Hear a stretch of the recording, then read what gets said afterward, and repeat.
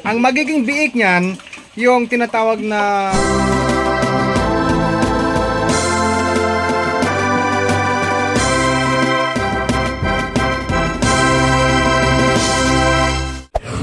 probiotics? Aba, ilang buwan na to simula pagkabili ninyo? Nagkatali ang baboy. Hi guys, magandang hapon po sa ating lahat. For today's video guys, gusto ko pong i-share sa inyo. Pupuntahan po natin yung baboyan po, no? Yung backyard piggery, I mean ni Sir John Paul, no? Kasi meron siya tatlong baboy na containers doon.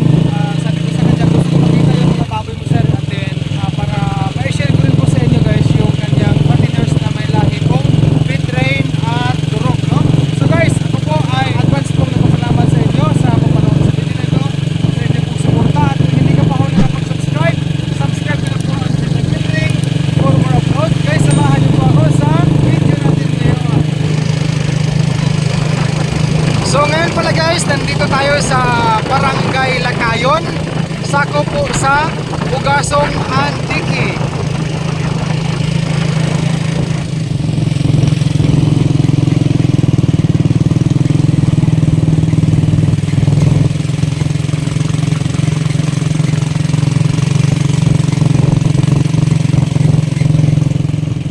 Okay, so guys, malapit na po tayo, no? Ako po guys ay talaga namang sumama lang dito sa kay Boss John Paul, Sir John Paul, dahil nga po matagal ko na pong pinangarap na makita yung kanyang tatlong patiner guys, no? Matagal na pong nagsabi rin siya sa akin na puntahan natin yung baboy ko pag lumaki-laki na. Okay, hindi na tayo. Ayan. So manaog ta guys, no? Baba tayo. Saan banda? Dito pa sa mahal. Teka lang, dala o tulungan kita? Ayan guys. So tara guys, puntahan natin. Ba! Yan guys, first time po ni Dodong nakapunta dito. No, sakop po sa Barangay Lakayon, no? Sakop sa Pugasong Antique. Talaga namang pinayagan ako ni John Paul, no? Sir John Paul na pumunta dito o sumama sa kanila. Ayan, so dito ay malamig para sa baboy. No, malamig ang lugar para sa baboy. Sige lang. Tulungan natin maglinis ah. Yan, puntahan natin.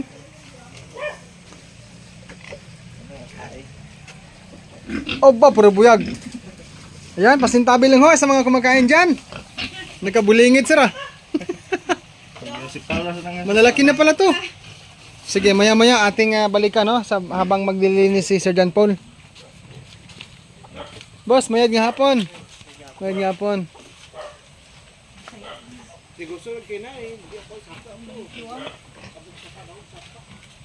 Okay, so maganda rito guys kasi malamig, no? Yan, may rice field. Bang, ang tutatulan sa garbage ka, tarong kagampalaya. Saan? Just piyak lang. Grabe ang tarong yan. Diyan lang, kabila lang. Talong eggplant. Oh. Tapuntahan natin? Yapad. O sige guys, atin puntahan guys ang kanilang sinasabi na talong farm. Sa'yo yun, boss? Ano pa paisa? Sa yung pinsan? Pinsan. Ah, okay. Sige, habang si Sir John Paul. Sir, diyan ka lang muna. Ay na, Sige. pira ko makan bunga na bla. Sagana sa tubig dito. May day ko baya, balot sa din tarong na imo buka tarap paisa ko ta 3 kilo ta 40 na kanya aman para ko. Dahil puntahan natin. Grabe la to. Grabe kina harvest da pira ko ka ano, makan. Duro, marami. Hindi pa. May tao eh, natatawa. Ayun, no? Dapat din na tarong. Malapad yata, ano? Ay pira ko tare pa do. 3 hectares. Yung mabasa ka. Okay lang. Oh, sagana sa tubig, oh. Tinaw ba, no? Sa Bisaya pa, tinaw. Sinaw. Ay, te, ano tambo mo dyan? Agi, rapat ba? Ano, nagsiginaw mo kanya? Diyan lang ang tao at ito. Ito pa naman mga. Hindi mo sa kamo lagi. Malapad ng talong, ano? Ko magdusong. Di makita. Ay, kailangan ito susada. So ito guys, no, atin pong munang isingit itong mga talong ng ating kababayan. Lapad to dito. Dito lapad. Lapad, no? Nagbunga na yata ito, no? Oo. Pwede nang buksi. Ay, napuksi rin galing. Na-harvest. Ay, di. Ano kayang kung ito? Variety. Variety sa talong na to? Hindi patingin. Okay. Pagbay pa. Maliliit pa. May na-harvest. Pero dito ay siya. So ito guys, sinasamahan ako ngayon ni ate, no, yung asawa ni Sir John Paul. Ayan. Sa pinsan mo to, madam? Balik tita ko. Ini pinsan ni nanay. Tita mo ang may-ari dito. Lapad guys, oh. Ayan.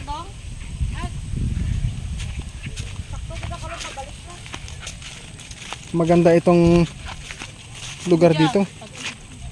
Oh, mula dito daw, oh. Mula dito papunta doon. Yung mga mais, kanila rin? Hindi sa amin. Ah, hindi sa inyo. Palay yun, palay. So, yung kanina, yung sa kabila na palayan, yun yun. Yun yung lupa. Aha. Diba? Nandun sila, oh. Sunahan. Oh. Gamang sa balay. Yan guys, puntahan natin ha. Oh, may baboy pa, oh. Yan guys, oh, nakabangot. Nakatali ang baboy. A few moments later. So guys, ito na po guys, oh. Nakabili kami ng talong, no? Bagong pitas or bagong harvest po sa farm. Doon sa nahan, may talungan kasi doon. So, bumili ako guys ng 40 pesos per kilo. Ngunit, binayaran ko ng 50 pesos, no? Pero sobra to guys, mga 1 kilo. Saan na ba ang daan? Diyan?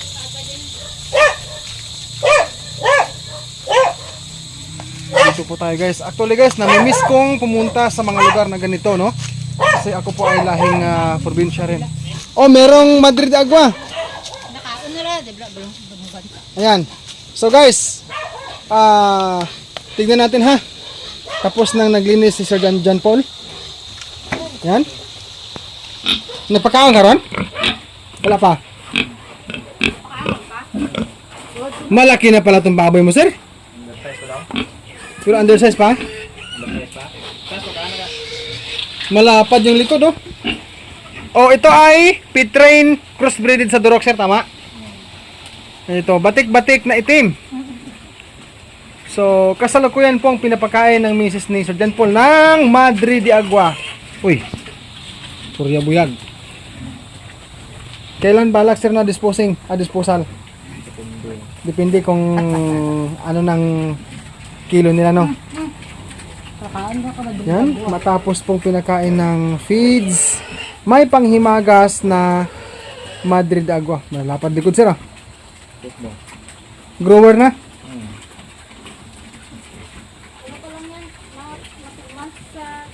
Oo nga pala, siya nga pala. Mabanggit natin dito sa video natin. Ilang buwan na to simula pagkabili ninyo? Mga 3 months sa September 12. Mag 3 months this coming September 12.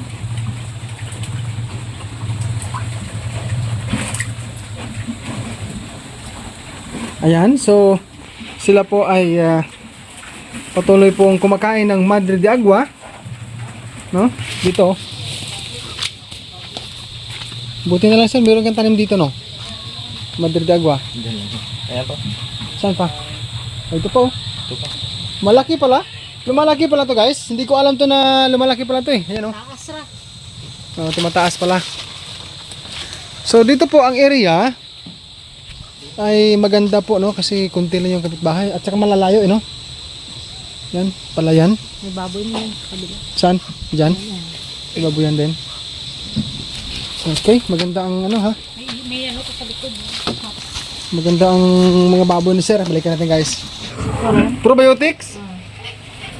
Aba. Nice. Malapit na mag-80. Hindi ko alam kung 80 ako na itong isa, oh. Malaki na eh. Dati nakabaligya kami eh. Ano mo kagalan? Ano mo? Lalo na ang lahi, Duroc Pitrain. Maganda. No? Saog. Malaki, oh. Malaki, sir. Malaki. Naku, kaon nun yan. Saan mo ito nabili nga ang idik na to? Doon? Lasi. Sa Colase? Ay, tibiyaw. Ate Biao? Okay, okay.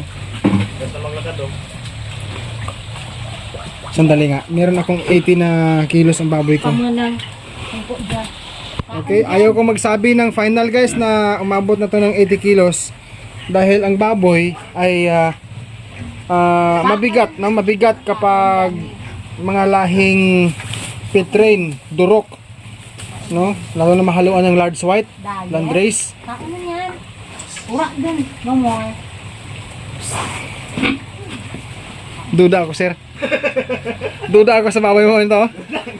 Parang utsintahan na to eh. Tawa sa keso. Ang ganda oh. Nagagandahan ako mga kababayan sa mga baboy na nakita natin ngayon. Bisaya ka na rin. Meron dyan, sir? May pwede nating makita eh. Native daw, Bisayang baboy. Sus, naapo din hila yung mga baboy oh. Ayan. Sayo to, sir. Native pig. Pwede nang malechon. Magkano pa siya ano? Saan? Alin? Ito? Kung ibibinta? Depende kasi sa panahon din eh. Magkano ba sir kung binibinta mo? Magkano presyohan mo ito? Gamay ka. Aha. Ito ang malaki sa akin lang ha. Based na sa aking analyze ha. Kaya 3.5. Oo. Kaya 3.5. Ipabawalan ka eh. Parang sobra sa 3.5. Pagkaunan mo sir ng mga 1 month pa. 1 month. Tapos halo-haloan mo ng feeds. Pero maganda kasi palagkaan no? Hindi ko alam, may baboy Bisaya dito ah. Balikan natin guys ang dirasa. Duda ko sir sa ano, yung ito mo. Malaki rin no? Lapad ng kanilang mga likod no? Okay, so dito guys, ayaw ko pong magbanggit ng final na assurance regarding sa kanilang timbang kasi hindi naman tayo bihasa no? Ha? O kasi parang may baboy na ano eh. Parang may baboy I mean na parang madaya ba ang ano? Katawan. Pag nagwain dadras sa kulong, sa mura. Oo. Pero malaki, maganda ang ano. Yung isa. Wala na. Gusto mo pahinga. Yang Yan. laki. Bahi dalawa. Saan? Bahi ya dalawa. Laki ya. Lalaki to ang may brown. Ito. Oh. Aha. Babae to. Babae yung isa, saka yung isa. Masad ko lang bayi. Be? Ayan oh. Babae rin. Dito sa ano naman, kaya sa ano, dugo babong sila pigiring dito. Saan sir? Sa pinuntaan natin. Ayong kay boss kanina. May pigiring tarong na bumabuyan na. Naghanap na ako ng mga biik kay alagaan ko rin. Kahit 10 lang. Malaki to. 2 months and 2 weeks pa lang no? 2 months and 2 weeks since buying. Malalaman to guys, mag-update po ako kapag mabinta na po ito, no? Alamin po natin kay Sir John Paul pag nabinta na. Ayun oh. Maganda. Baskog, no? Baskog. Ayan. Premium yan, premium. Premium ang gamit, no? Pigrolac user. Napakain mo ng vital yun? Hindi. Hindi. Premium lang. Ganit malagas pala. 3 months pa lang sa 12, dapat din palabawan na lang sa biligyan mo. 3 months sa September 12. Maano to? Mag-good size to? Base gani good size ng isa, oh. Dako guys, oh. Malaki, oh. Diki. Ayaw kong mag-ano sa inyo. Bawal akong kumapa. Hindi maganda ang magkapa sa baboy na hindi atin. Yan. Oh, teka lang, may drinker dito. Ito, mainuman. May tubigan. Sandali nga. Gusto ko malaman tong baboy na to. Meron kasi akong baboy din isa na pumatong na siya ng 80 kilos. Hindi siya magkalayo nito. Ito. Ayan. Malamang sir, tsintahan na rin to. Update na lang tayo sir ha. Pag nabaligyan mo ha. Baka umabot ng 100 kilos. 100 kilos. So, depende lang sa ano yan eh. Sa resulta kung anong mangyayari. Kasi minsan, yung live weight, no? Yung status sa live weight, atin pong binabalanse yan. Minumonitor, I mean. No? Kung dapat na ba ibinta ang baboy kung sakto na sa timbang. Yan, no? Ito, hindi malayo to. Yung, yan o, yung itim. Yung batik-batik. No? Hindi malayo sa isang baboy ko sa... Ano? Mga 60 plus. Sobra. Sobra, sir. Ayan. Hindi malayo ang katawan niya sa baboy ko na nag-80 kilos. Kinilo ko ba yung mga baboy ko? Good size na gano'n sila eh. Ayan, pahinga na, no? Tingnan mo, hirap siya. Malalaman to pag nabinta mo na, sir. Okay, mabigat kasi ang ano din eh, ang pit train na crossbreeded sa Durok, no? Then may halo ding large white. Kasi ang maganda sa pangfatining sa mga ano pala, before we end this video sa mga beginners dyan, magbibigay lang po kami ng or ako ng simpleng tip, no? Yung mga nagtatanong kung anong magandang lahi na alagaan, no, yung baboy para pangpatining. Mostly po yung boar or barako na Durok at ang pit train, maganda po yan ipares sa baboy inahin na large white or landrace. Ang magiging biik niyan, yung tinatawag na offspring, ay maganda po pang fattening na materials, no? Pang fattening. So maganda ang quality po sa karne, no? Ang apat na lahi sa crossbreeded na yan. Okay, ulitin ko lang para malinaw. Yung baboy inahin na large white or ang landrace, parisan mo siya ng barakong Durok or pit train, ang magiging offspring ay maganda po for fattening. Ang King's Vita Plus Animal Feed Supplement mabibili po sa Agribit Stores nationwide. Kung hindi ito available sa inyong lugar, maaari po kayo mag-direct order sa Shopee sa KBM Agribit Lines. Pwede rin sa Facebook page ng King's Vita Plus Animal Feed Supplement. Link nila ay nasa description o pwede po kayo mag-text o tumawag sa kanilang cellphone number 0917-795-0220. Available po ang COD or cash on delivery. So maraming salamat po for watching this video. God bless po sa ating lahat mga ka-farmers and peace out everyone.